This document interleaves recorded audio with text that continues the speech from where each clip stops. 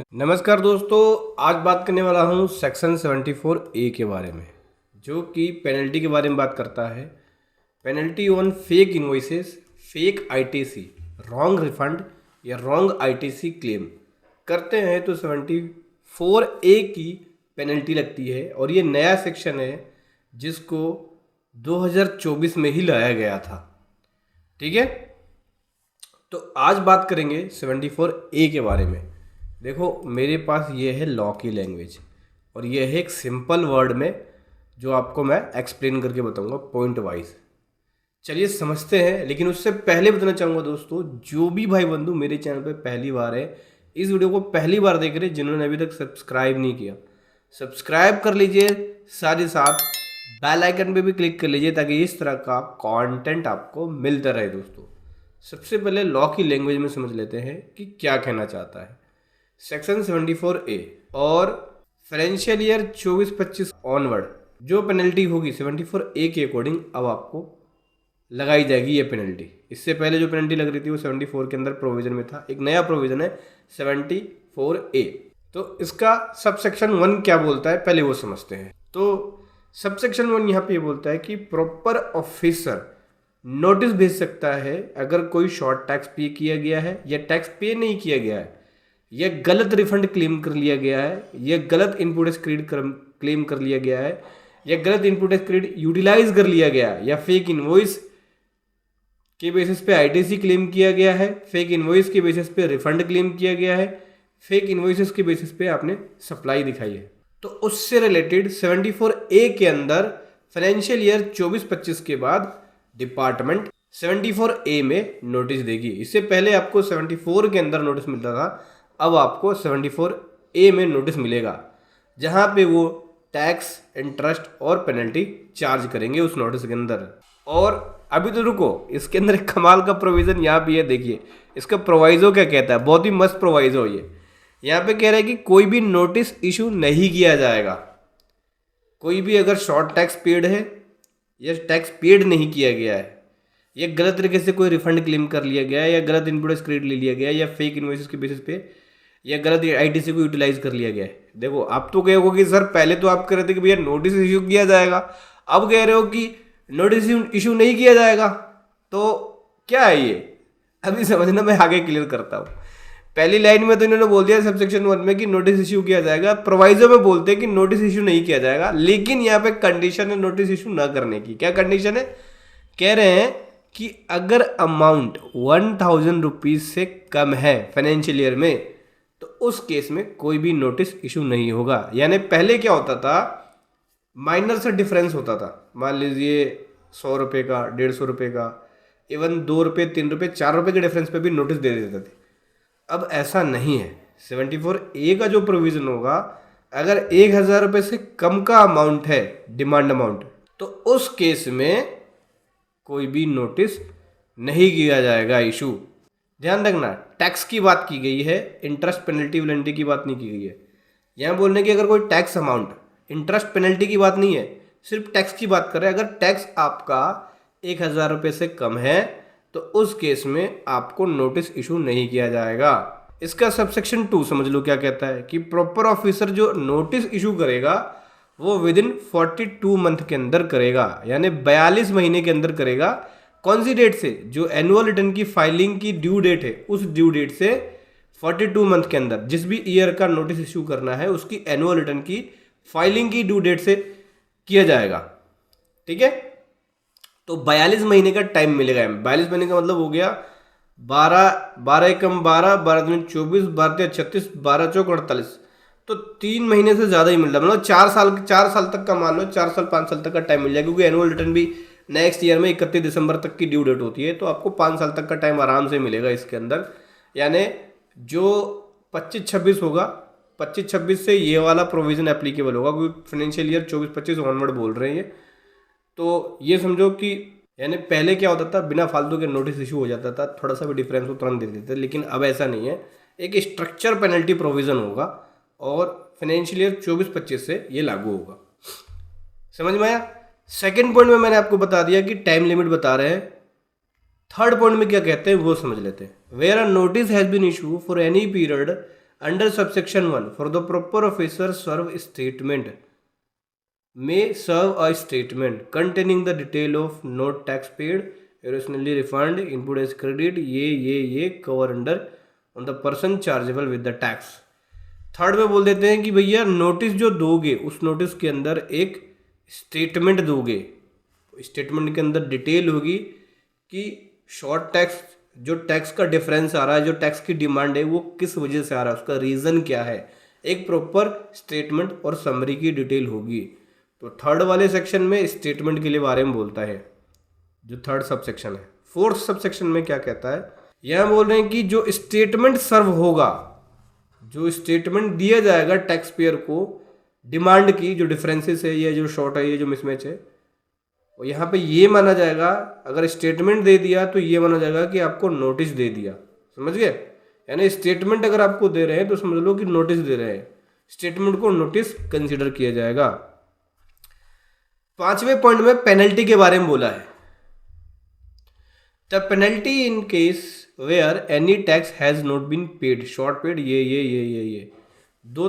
देखो पेनल्टी के बारे में पांचवें पॉइंट में बोला है, दो तरीके से पेनल्टी लगेगी, दो अलग अलग तरीके से पेनल्टी लगेगी। पहला है, अब देखना समझना, पेनल्टी के अंदर दो बताया। पहले क्या होता था, पूरी पेनल्टी लगा देते थे। अभी दो तरह के केस है।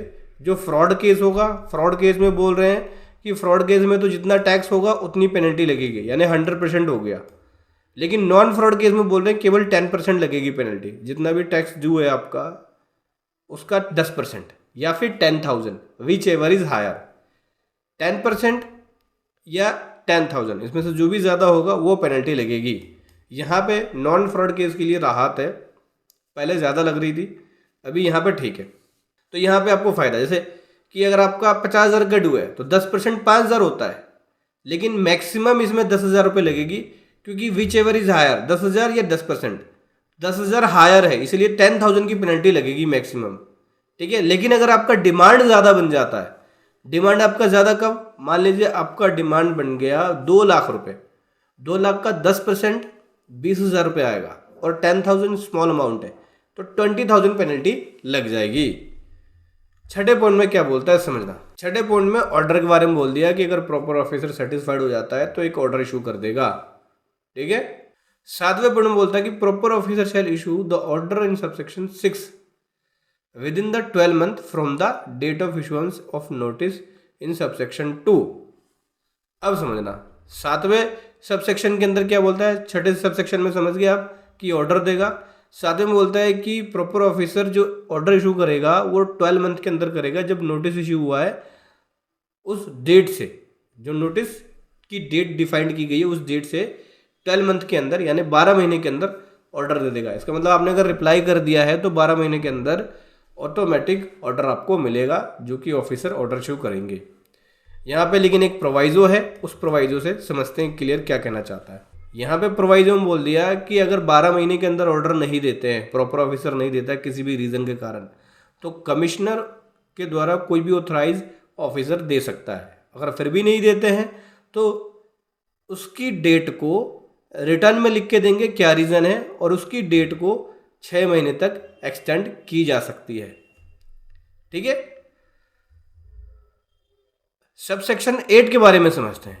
8वें पॉइंट को ध्यान से समझना, बहुत ही इंपॉर्टेंट पॉइंट है ये कह रहे हैं कि अगर टैक्स पेयर नोटिस इशू होने से पहले जो भी मिसमैच है उसका tax amount along with interest पे कर देता है तो proper officer non fraud case में नोटिस इशू नहीं करेगा।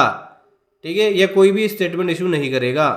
मतलब फॉर एग्जांपल के लिए किसी भी फाइनेंशियल ईयर में अपना मिसमैच बढ़ हुआ, आपने पहले से ही टैक्स कैलकुलेट करके जमा करा के पे कर दिया, ठीक है, इंटरेस्ट के साथ, तो प्रॉपर ऑफिसर जो है आपको 74A के अंदर कोई भी नोटिस नहीं देगा, ना ही कोई स्टेटमेंट देगा, लेकिन आपको वो इन राइटिंग में प्रॉपर ऑफिसर को इन्फॉर्म करना पड़ेगा कि भैया मैंने ये टैक्स पे कर दिया है।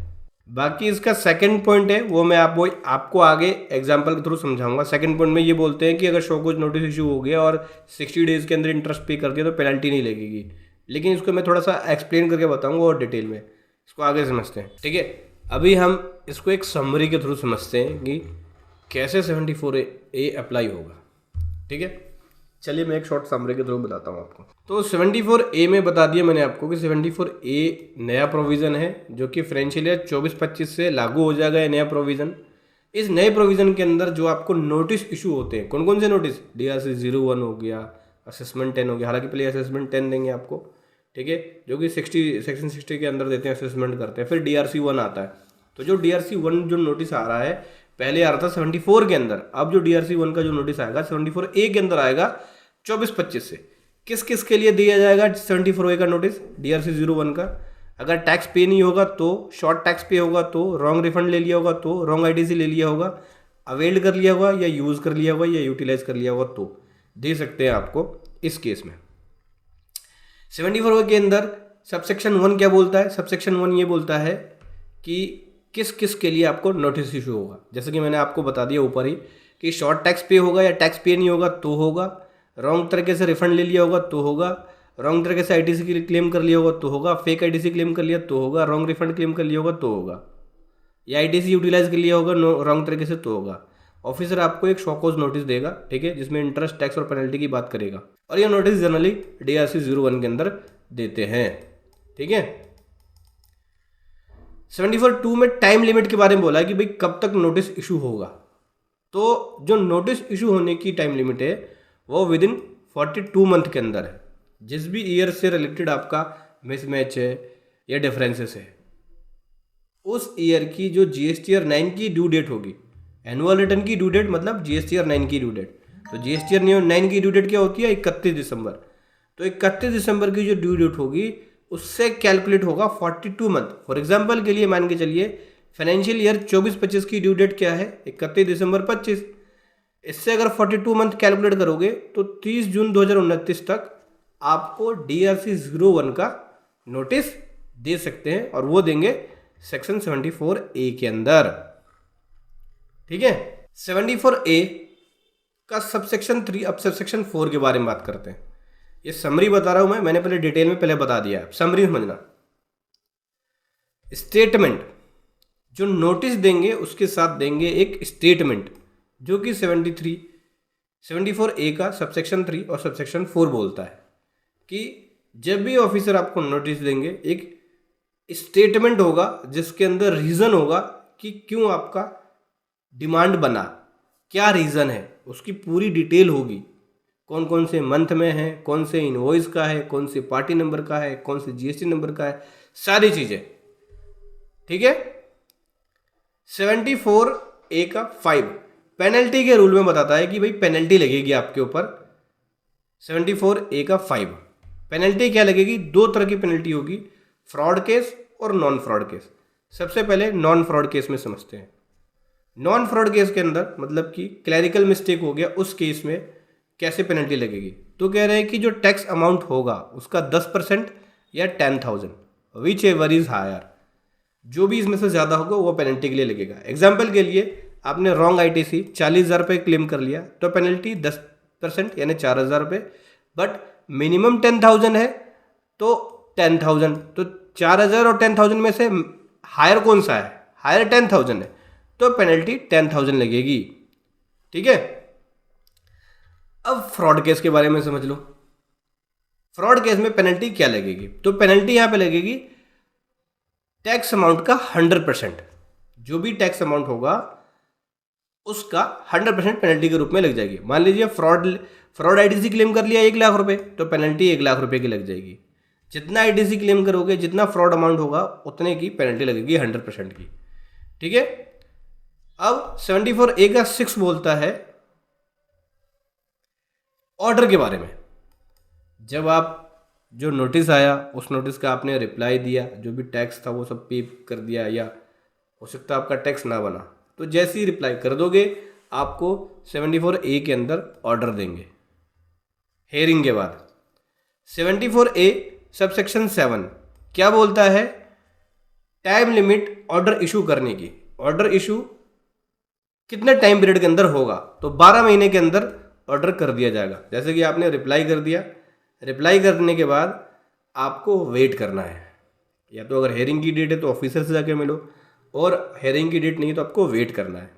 जो नोटिस की डेट होगी उस डेट से 12 महीने के अंदर यानी विद इन 12 मंथ के अंदर आपको ऑर्डर इशू होगा। अगर किसी कारणवश ऑर्डर नहीं देते पाते हैं, कोई ऑफिसर नहीं कर पा रहा है, तो जो भी कमिश्नर है वो ऑथराइज ऑफिसर को देगा, और वो भी नहीं कर पा रहा है तो उसके पास पावर है कि वो 6 महीने का और टाइम एक्सटेंड कर सकता है ऑर्डर इशू करने का।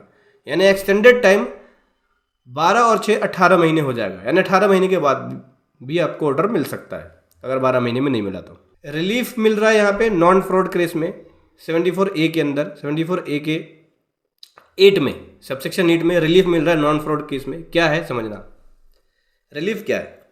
आपको नोटिस इशू होने से पहले आपको पहले ही पता लग गया कि भाई मेरा टैक्स शॉर्ट पेड है, ये मैंने गलत आईटीसी क्लेम कर लिया, तो आप टैक्स और इंटरेस्ट खुद से ही पे कर दोगे तो कोई भी आपको नोटिस इशू नहीं होगा और ना ही कोई आपको पेनल्टी लगाई जाएगी। एग्जाम्पल के लिए समझिए कि 50,000 का रॉन्ग आईटीसी आपने क्लेम किया, 50,000 के ऊपर 5,000 का इंटरेस्ट बना, आपने पहले नोटिस आने से पहले ही आपने उसको पे कर दिया, तो जैसे ही पे कर दिया आपको न ही नोटिस इशू किया जाएगा न ही पेनल्टी आपके ऊपर लगाई जाएगी। ये सेक्शन 74A का सबसेक्शन 8 बोलता है। अभी समझते हैं सेकेंड पॉइंट में। ये फर्स्ट पॉइंट था नोटिस इशू होने से पहले, सेकेंड पॉइंट आ रहा है नोटिस इशू होने के बाद आपको रिलीफ क्या दिया जा रहा है 74(8) के अंदर। 74(8) में रिलीफ के लिए एक तो नोटिस इशू होने से पहले कर दोगे तो कोई पेनल्टी नहीं लगनी, ना नोटिस आना है। दूसरा, अगर नोटिस इशू होने के बाद कर रहे हो, विद इन 60 डेज के अंदर कर रहे हो, तो क्या होगा? अगर नोटिस इशू हो गया, नोटिस इशू होने के बाद विद इन 60 डेज के अंदर आपने टैक्स की पेमेंट और इंटरेस्ट की पेमेंट कर दी तो पेनल्टी ज़ीरो हो जाएगी, पेनल्टी नहीं लगेगी और प्रोसीडिंग आपकी क्लोज हो जाएगी। ठीक है, अब रिलीफ समझते हैं फ्रॉड केस में क्या रिलीफ है। ये नॉन फ्रॉड केस में था 74A का 8, अब 74A का 9 सबसेक्शन 9 क्या बोलता है, फ्रॉड केस में रिलीफ क्या है। इसमें भी दो केस है, नोटिस इशू होने से पहले और नोटिस इशू होने के बाद। तो कह रहे हैं कि नोटिस इशू होने से पहले आपने टैक्स की पेमेंट, इंटरेस्ट की पेमेंट और 15% पेनल्टी की पेमेंट कर दी तो कोई भी नोटिस इशू नहीं होगा आपको। ठीक है, एग्जांपल के लिए अगर फ्रॉड केस है आपका, टैक्स का अमाउंट 1 लाख रुपए है फ्रॉड केस का, 15% पेनल्टी पे कर दिया और इंटरेस्ट जितना बना आपने कैलकुलेट करके सेक्शन 50 के अकॉर्डिंग वो इंटरेस्ट भी पे कर दिया तो केस आपका क्लोज हो जाएगा, कोई भी नोटिस नहीं होगा। दूसरा, फ्रॉड केस में अगर आपको नोटिस इशू हो जाता है और ऑर्डर दे देते हैं तो विद इन 60 डेज़ के अंदर, ऑर्डर इशू होने के विद इन 60 डेज़ के अंदर अगर आपने टैक्स की पेमेंट, इंटरेस्ट की पेमेंट और 50% यानी 50% पेनल्टी की पेमेंट कर दी तो भी आपका केस क्लोज हो जाएगा फ्रॉड केस में। ठीक है, टैक्स, इंटरेस्ट और 50% पेनल्टी। ठीक है, 74A के अंदर बोलता है कि अंडर पेमेंट कर दिया आपने प्री एससीएन पेमेंट से, मतलब कि 74A का 10 क्या बोल रहा है कि अंडर पेमेंट। अंडर पेमेंट का मतलब आपको ये वाला जो सेक्शन है ना, ये सेक्शन 8 जो रिलीफ दे रहा है, इस रिलीफ में क्या कर रहे हो, ये बोल रहा है कि नॉन फ्रॉड केस है और नॉन फ्रॉड केस में खुद से ही टैक्स पे कर दिया आपने तो कोई भी एससीएन मतलब कोई भी आपको नोटिस इशू नहीं होगा, ना ही कोई पेनल्टी लगेगी। लेकिन जो खुद से टैक्स पे किया है आपने, अगर कोई खुद से टैक्स पे किया नोटिस इशू होने से पहले ही, वो शॉर्ट टैक्स पे है, अंडर पेमेंट है, मतलब बना इतना, पे आपने ये किया, तो उस केस में 74A का 10 अप्लाई हो जाएगा। 74A के 10 के अंदर नोटिस आपको दे सकते ऑफिसर कि आपने पूरा अमाउंट नहीं पे किया, एक्चुअल जो अमाउंट है डिमांड का वो पे नहीं किया। यहाँ पे 74A के 11 में बोलता है पेनल्टी का प्रोविज़न है, अगर सेल्फ असेस टैक्स आपने पे नहीं किया तो पेनल्टी लगेगी। मतलब 3B क्या है, GST है, 3B सेल्फ असेस टैक्स है। तो बोल रहा है 3B के अंदर आपने टैक्स की पेमेंट विद इन 30 डेज़ के अंदर नहीं करी, जो सेल्फ असेस टैक्स है, तो उस केस में पेनल्टी लगेगी 74A 5 के फर्स्ट में, क्योंकि पेनल्टी बताया कितनी पेनल्टी लगनी है, 10% ऐसे। तो उस केस में 10% टैक्स अमाउंट का और 10,000 विच एवर इज़ हायर, वो पेनल्टी लग जाएगी। यानी पेनल्टी जो है 74A सबसेक्शन 11 के अकॉर्डिंग लगेगी GST या 3B में। समझ में आया दोस्तों? तो ये एक नया सेक्शन है पेनल्टी और नोटिस और इंटरेस्ट लगाने का GST एक्ट में 74A। वीडियो कैसे लगी ज़रूर बताएं। Thank you so much. जय हिंद, वंदे मातरम।